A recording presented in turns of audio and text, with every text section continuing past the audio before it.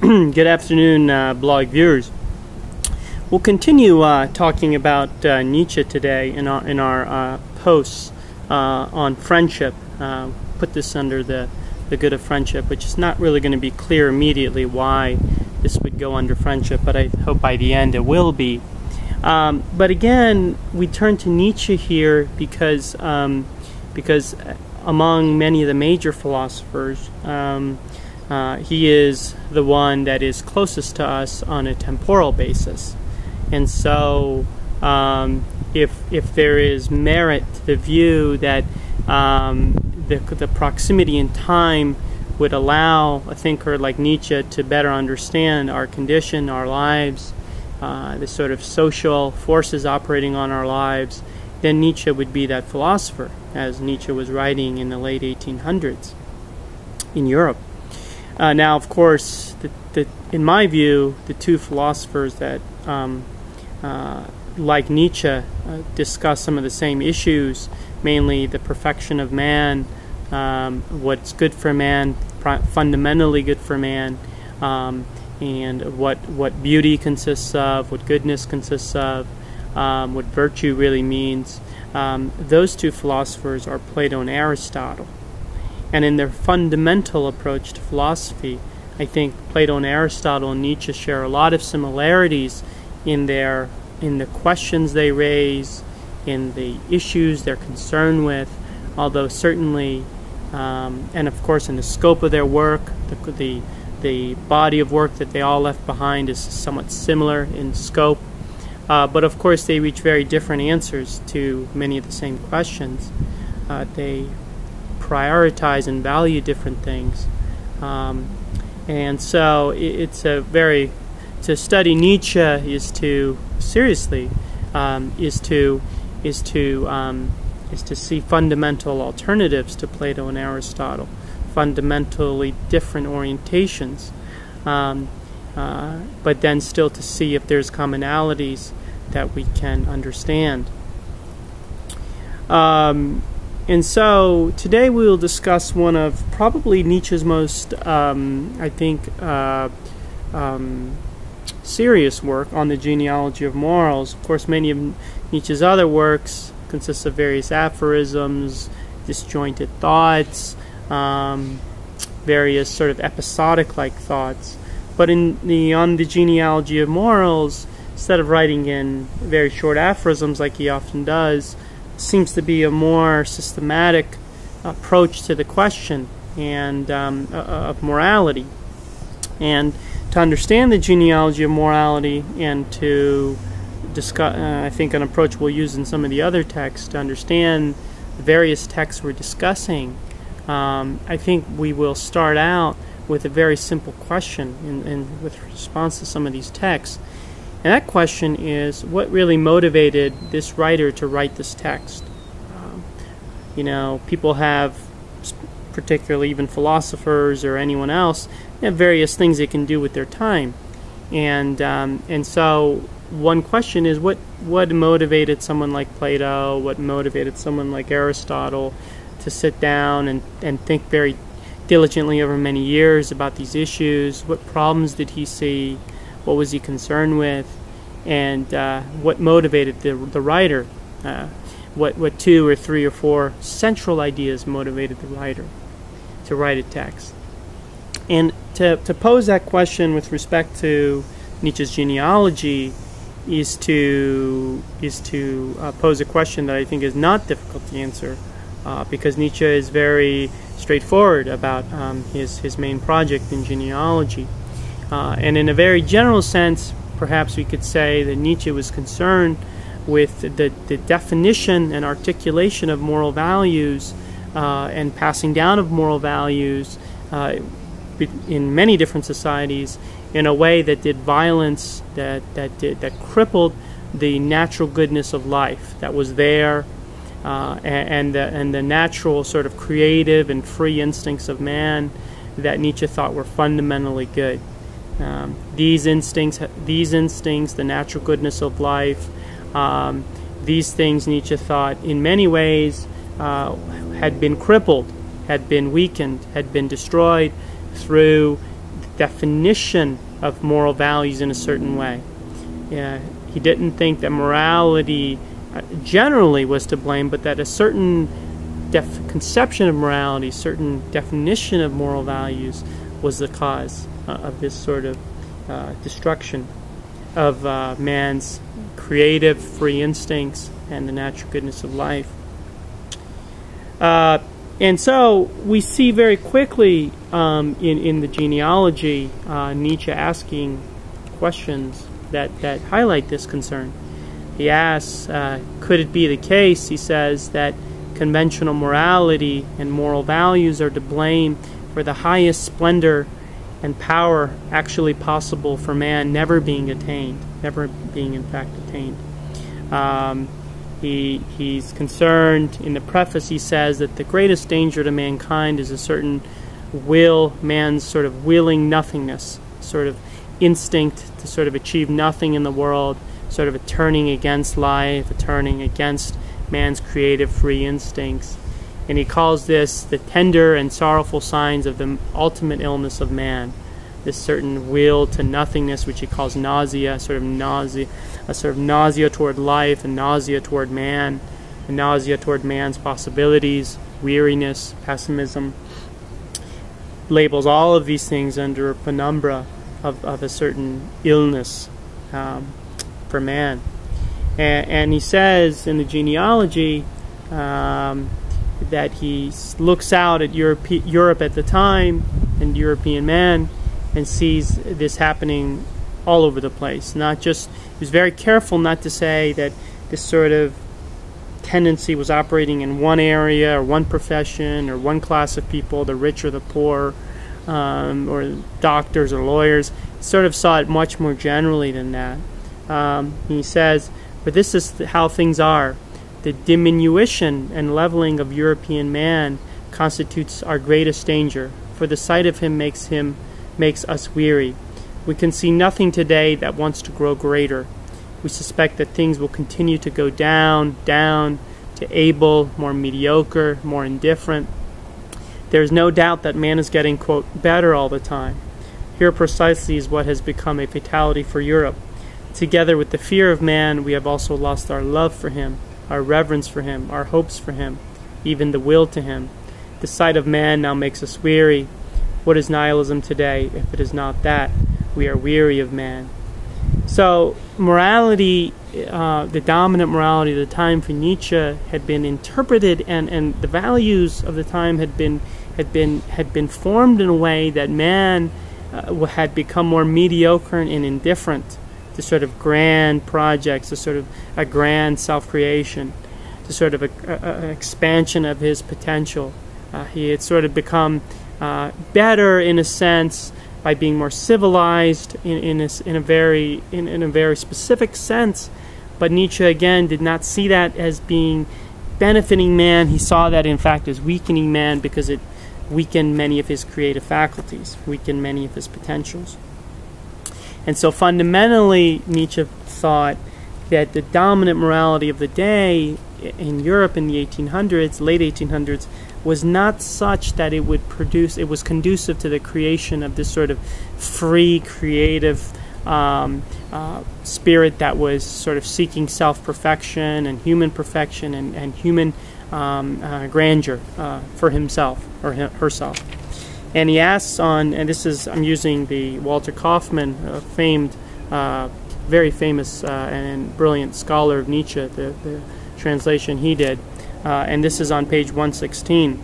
And Nietzsche asks here, has that many-colored and winged creature, the spirit, which this caterpillar concealed, has this really been unfettered at last and released into the light, thanks to a sunnier, warmer, brighter world? Is there sufficient pride, daring, courage, self-confidence available today? Sufficient will of the spirit, will to responsibility, freedom of will, for the philosopher to henceforth be possible on earth? And obviously the tone that Nietzsche asks this question and his many other remarks shows that he did not believe that the moral values of the time were such that man's spirit could be sort of unfettered and released into the sunshine, the beautiful day, in a warmer, brighter world that was very open and conducive to this kind of spirit. There wasn't enough pride, daring, courage, and self-confidence available, Nietzsche thought, for man's individual spirit to be free and to will and create a self. And so that was sort of Nietzsche's concern. He thought that maybe in a different time with a different moral code, a different kind of person would result, a stronger person, a more life-affirming person, a more creative person would come around that did justice to man's grandeur and man's potential. And he says here, this is on page 96, but someday in a stronger age than this decaying, self-doubting present, he must yet come to us, the redeeming man of great love, the creative spirit whose compelling strength will not let him rest in any aloofness or any beyond.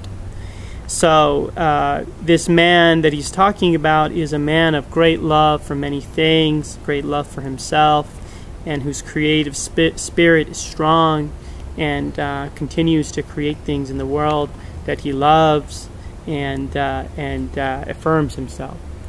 So Nietzsche, we can clearly see here already, was driven to write genealogy because he was very much obsessed with the moral values and attitudes that would be required to produce this type of strong, creative, free spirit.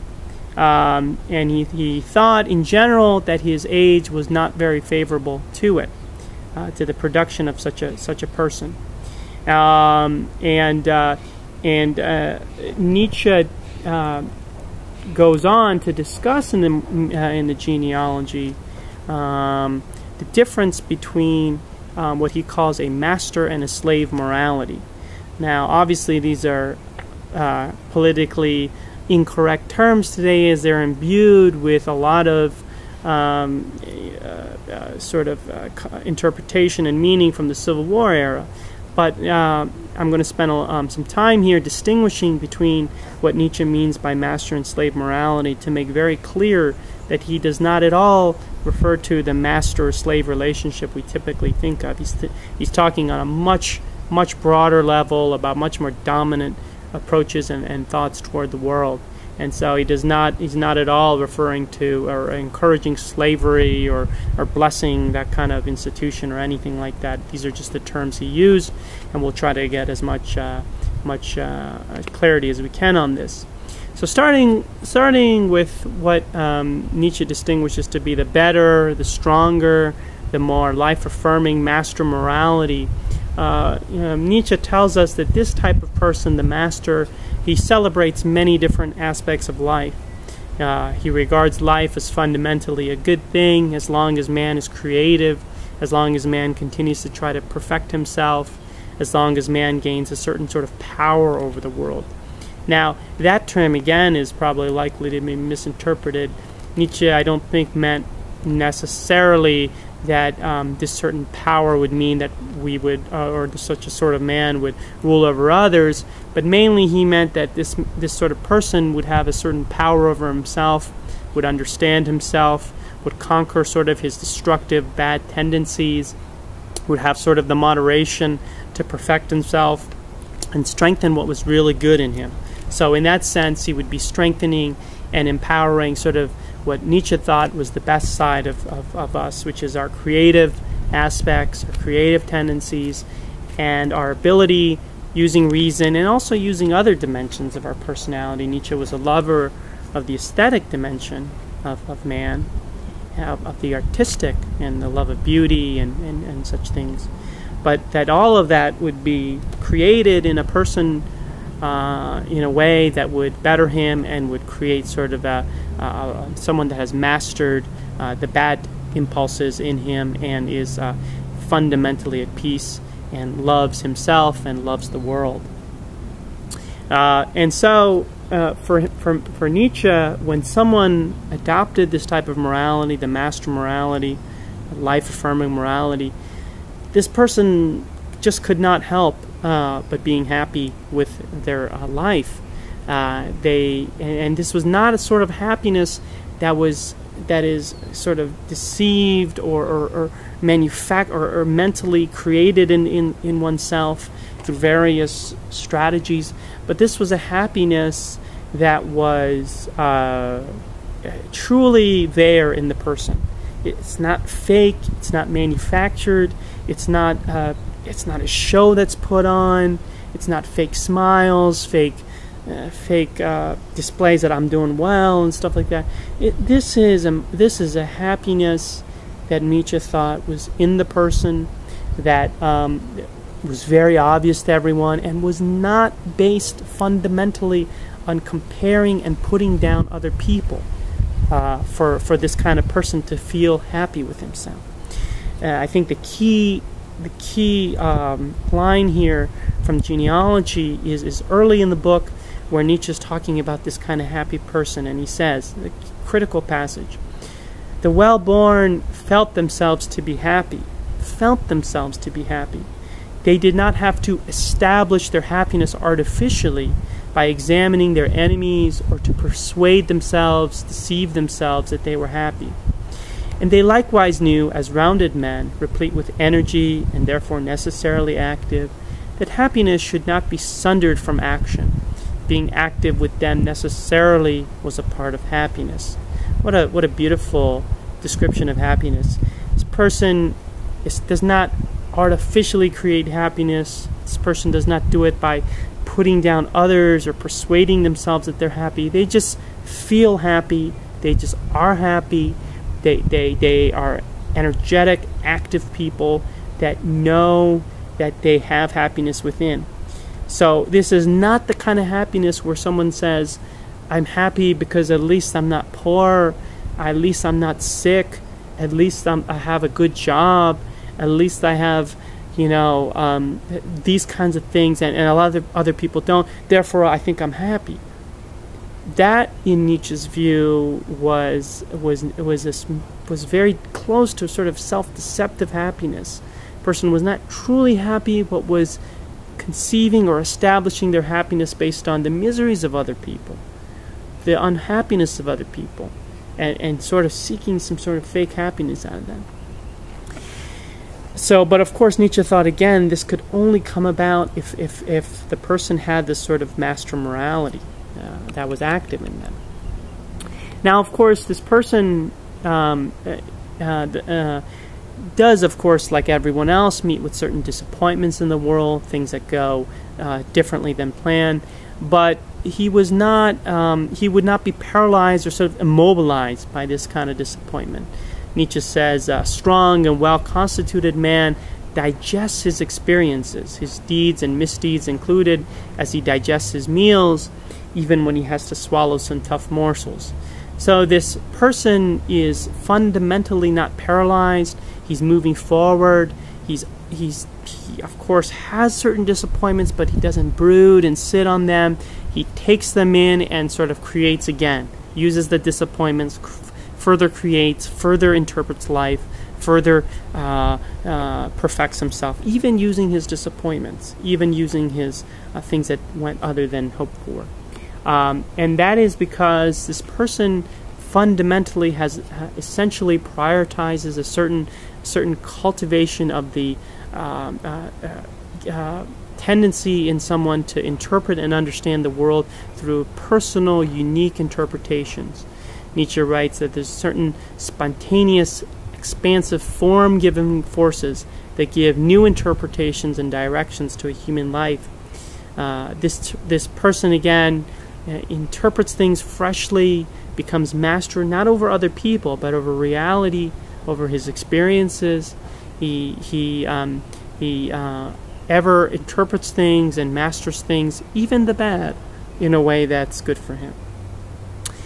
Now, that was the master morality. Now, Nietzsche, of course, divided the world between those who adapted a master morality and those who adapted a very different morality, a slave morality. And again, we have to be careful when we use these terms. Nietzsche does not mean it in the sense that, again, we think of traditionally in terms of master and slaves. But he thought the morality of the slave morality had actually won out in the world. The dominant morality of time, Nietzsche thought, was this slave morality. And of course, Nietzsche was writing in the late 1800s. One shudders to think what he would think of the world today, as many of the tendencies that Nietzsche saw writing very early on in the late 1800s, tendencies in modern culture, have only accelerated, I think, based on many different sort of evidence we can collect about the world. So it would be very interesting to now consider the morality, the sort of a weak or slave morality. And what does Nietzsche say about that kind of morality? What does he locate to be the dominant sort of characteristics of that morality? And first, this sort of morality defines sort of passivity in the world as goodness, sort of a certain, feebleness and sort of non-action as being good. It doesn't views all sort of active, creative, form-giving, strengthening of man as evil. And Nietzsche sort of quotes a sort of a fictitious conversation with someone who believes in this, or a group that believes in this kind of passive morality. And they say, we weak ones are after all weak. It would be good if we did nothing, for which we are not strong enough. But this dry matter of fact, this prudence of the lowest order, has, thanks to the counterfeit and self-deception of impotence, clad itself in the ostentatious grab of the virtue of quiet, calm resignation. So these people, or someone like that, would be like this, is weak, doesn't want to do anything, views as a very passive person. But he immediately he turns this weakness and this lack of energy into sort of a virtue of resignation, calm resignation, and he fundamentally turns his back on sort of the natural goodness of life. Looks for goodness in other worlds. Nietzsche attacks Plato very strongly here in terms of his view of the forms, that or certain spiritual conceptions that locate goodness in the heavens. This is all for Nietzsche. This was a turning back on reality. This was a disregard of the fundamental goodness of man, the grandeur of man, the grandeur of life. And this happened, Nietzsche thought, because man, and I'm quoting Nietzsche here, did not know how to justify, to account for, to affirm himself. He suffered from the problem of his meaning. This person never engages in sort of a justification or existential sort of binding together of the self, a sort of a creative project that would bring everything together and give meaning to his life. But he suffers from the meaning of his life, suffers from the bad things that have happened to him, suffers from it rather than trying to overcome it. Because of that, this person becomes weary and very pessimistic of life. Nietzsche never regarded any sort of extreme cynicism on life or negativity as any sort of deep wisdom, philosophic wisdom. Today, I think we sort of see sort of the cynical person or the very negative person, the guarded person as being wise, or even the wisdom of old age that sort of has a lot of those characteristics.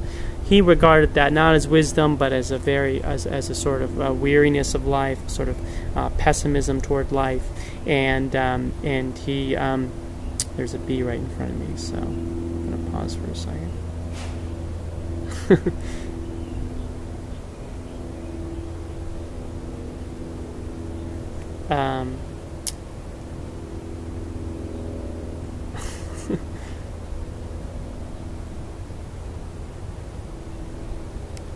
Okay, I think it's going off to the side. He didn't regard that as wisdom. In fact, he thought of it in much more negative terms. Nietzsche writes, the darkening of the sky above mankind has deepened in step with the increase in man's feelings of shame at man. The weary, pessimistic glance, mistrust of the riddle of life, the icy no of disgust with life. On his way to becoming an angel, man has evolved that queasy stomach and coated tongue through which not only the joy and innocence of the animal, but life itself has become repugnant to him. And so, for Nietzsche, this again was not to be viewed as any sort of wisdom about the world, this sort of negativity, but viewing this as sort of a sort of enfeeblement of the person. And someone that did this had this sort of view in the mind about life. This would sort of systematically run through his personality. Nietzsche thought this person would be would always act very seriously, would act very slowly. The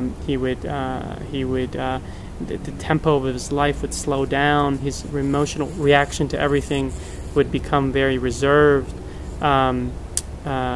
He would endlessly be plagued by guilt over the past, brooding over the past, he would lack sort of any great love for anything, any belief in any sort of great ideal. This person would never speak from the depths of their soul, never from sort of what Nietzsche calls the abyss of the soul. This person would just sort of mechanically go through life, as we've talked about in other posts. And more importantly, this person would sort of blame other people for their failings. Quoting Nietzsche again here, this person would say, "Someone or other must be to blame for my feeling ill." This kind of reasoning is common to all the sick and is indeed held the more firmly, the more the real cause of their feeling ill, the physiological cause, remains hidden. So this kind of person ever seeks to find people to vent their frustrations on, ever seeks to locate some sort of external cause for their problems, unaware fundamentally that the problem is within the soul, within some sort of problem with life that they haven't worked out internally. So instead they look outward, they blame others, they locate their misery in other people, the cause of it, which again prevents them from doing anything about it. This kind of person now, of course, not Nietzsche thinks they're passive, but we got to understand what he means by that. There's a certain passivity there that he talks about in terms of sort of being content with very petty pleasures, sort of a general muting of the feeling of life, sort of, again, a mechanical activity. So this person sort of doesn't, it's not that they're totally inactive, but that there's a certain contentment with small things, there's a certain contentment with passivity and not doing anything, a certain fondness, he says, to latch on to some very large organization and sort of lose ones to become invisible within this organization and sort of just float along passively through life, while still active in some sense, no sort of grand self-creation, no grand ideals, no great love to life, no great love even to oneself. These were, again, Nietzsche's views on the person that had this other sort of morality.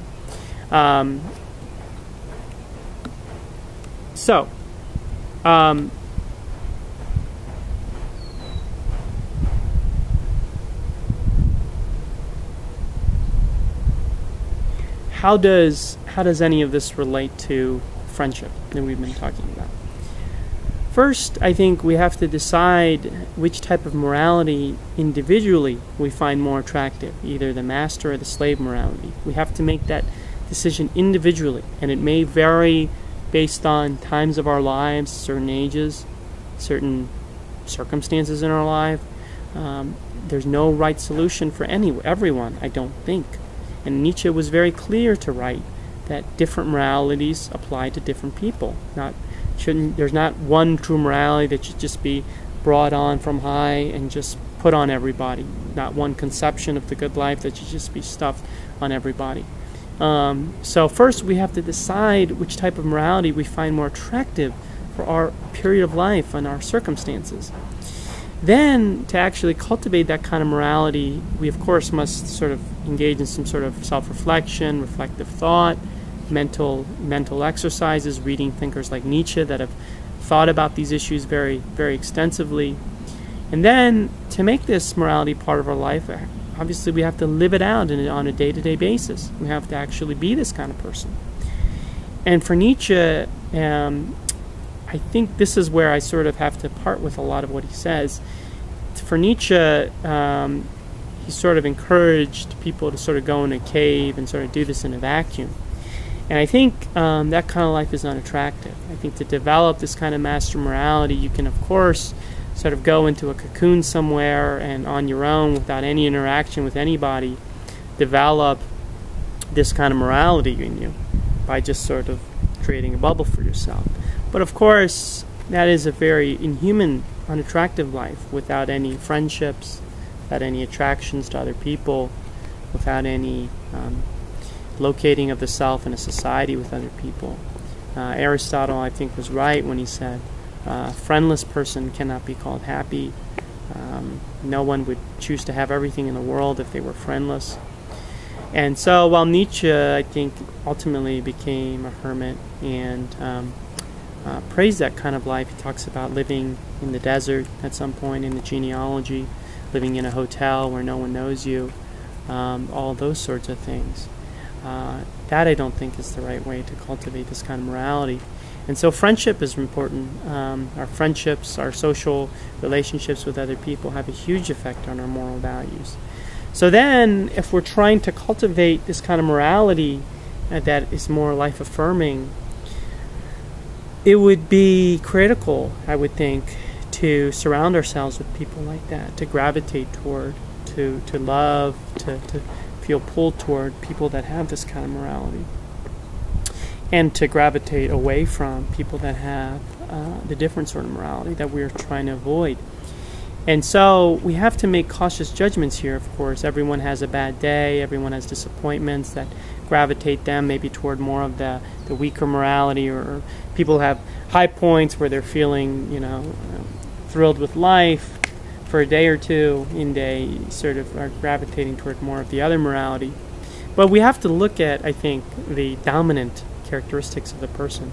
What is this person like most of the time, over several weeks or months or years? And after a certain point, we do get a certain sense of that, get a certain sense of where this person fundamentally, their ideas are, their thoughts are, and that can, over time, be a good guide, I think, over time as to what kind of person we want to gravitate toward. And if we get the sense, or someone gets the sense that this person is dominantly on the other type of morality, and that's not the type of morality we want to cultivate, then we need to gravitate away from that kind of person. And vice versa, if we find someone that has that kind of morality that we're interested in and seems to have it stably, we would gravitate toward this person. And so Nietzsche, I think, was very aware of this tendency. He said that the sick-minded person, the sick-souled person, it was the greatest danger for the healthy person. He wrote, "Those who question and poison most dangerously our trust in life and in man ourselves, these people should be avoided." These people that are saying no to everything. Again, we saw in Zarathustra, Zarathustra, Nietzsche talking endlessly about the fact that if one cannot love someone or some person, then one should just simply pass by. Not stick there in the swamp, not sit there complaining in the middle of this kind of bad environment, but just pass through, move on, move beyond that, find some zone that is not like that, that one can love. And so Nietzsche, I think, was very aware of this tendency and encouraged us to avoid people that were sick-souled in that sense. Avoid people that questioned and poisoned everything, that made us lose our trust in life and the goodness of life. He says, "On such soil, on swampy ground, every weed, every poisonous plant grows, always so small, so hidden, so false, so saccharine. Here the worms of vengefulness and rancor swarm." So this kind of person, this sick-souled person, sort of has a swamp within them. If we go toward them, all we'll find is sort of a poisonous plants growing, weeds growing, nothing that's going to be good for us. And then he says, contrastingly, Nietzsche says, "Let us have fresh air, let us have fresh, keep clear of the madhouses and hospitals of certain forms of culture. Let us have good company, our company, or solitude it must be." I'll get back to that in a second. Or solitude it must be, but away from the sickening fumes of inner corruption and the hidden rot of disease. So Nietzsche urges us to go toward sources of fresh air, fresh thought, life-affirming thought, if we can't find that, solitude it must be, he says. So if our friends have a certain sick state of soul, we've determined this over the course of many years, they bring us down, they enervate us, then Nietzsche says it's better off for us to be alone. And friendships, come and go. There's no rule saying that if you were friends with someone one year, you have to be friends with them for the rest of your life. Friendship is a voluntary association between two people. Not any two people can always remain friends with each other. And so the key is that such a friendship we tend to think of as always a good thing. Nietzsche seems to think, and I think that if we follow through this argument, not all friends are good for us. Certain friendships are dangerous. They're dangerous because the one or the other person has sort of a sick state of soul that will sort of spill over onto us, and so once we have to make careful distinctions here and avoid those kinds of people, avoid those kinds of friendships, and not just say I've been friends with this person for 5 years or 10 years, therefore I'm going to be friends with them forever. Second, the precision needed to understand the difference between sort of a life creative act, the sort of the yes to life acts that Nietzsche praises so much, and the sort of acts that are pessimistic and weary of life. This is a formula that Nietzsche, writing sort of on a writer's high, very filled with spirit reaching ever greater peaks. This is very inspiring when read, but of course applying this stuff in the real world, in everyday life, is very difficult. The distinctions between life-affirming acts and life-creative acts and sort of pessimistic, weary acts, it's very difficult to draw the line between those two and know with confidence which one is one and which one is the other. Very difficult.